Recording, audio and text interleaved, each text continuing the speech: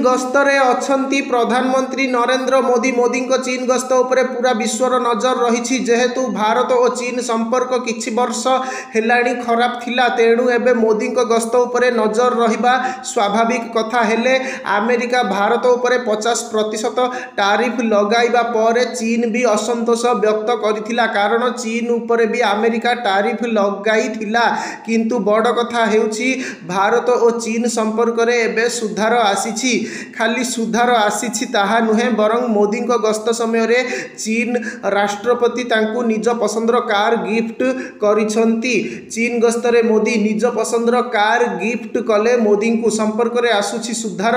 Putin को देइथिले car, Modi को देले कार। भारत रुषिया चीन संपर्क देखि ट्रंप टेंशन। अमेरिकार नाली आखि देखि आउ डरिबा परिस्थिति रे नाहंती रुषिया चीन और भारत। सेइथि लागि तो तीनी राष्ट्रर नेता एबे हाथ मिलाउछंती। केमिति अमेरिका को चेक दिया जिवो से नहीं मास्टर प्लान भी हेउछि। खास करी मोदी को चीन गस्त एबे पूरा विश्व रे चर्चा चलीथिबा बेले अमेरिका भी नजर रखिछि। मोदी चीन रे पहुंचिबा परे तांकु भव्य स्वागत करा जाइथिला। खाली एतिकी नुहे, बरं अनेक गुरुत्वपूर्ण प्रसंग रे आलोचना भी होइथिला।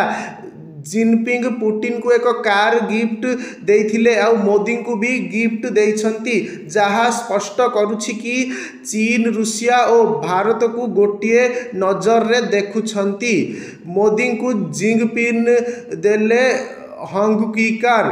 एही कार चीन रो बड़ ब्रांड। मोदी को चीन राष्ट्रपति जो कार देइछंती ताहाकु नेई भी जोरदार आलोचना होइछि। जातीय गणमाध्यम रु मिलिथिबा सूचना अनुसार एही कार चीन रो ब्रांड अटे।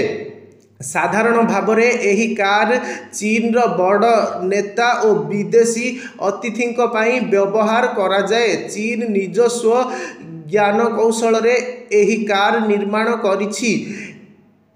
एही कार रे अत्याधुनिक सुरक्षा व्यवस्था भी रही। तेबे एही कार चीन मोदी को देबा परे गोटिए कथा स्पष्ट हेउछि कि भारत उपरे एबे पूर्ण विश्वास करुछि चीन। खाली विश्वास करुछि ताहा नुहे, बरं आगामी दिन रे उभय देश मिलित भावरे काम करबाकू निष्पत्ति नेइथिबा स्पष्ट होइछि। तेबे चीन और भारत मध्यरे संपर्क सुधुरुथिबारु अमेरिका टेंशन रे पड़ी जाइछि।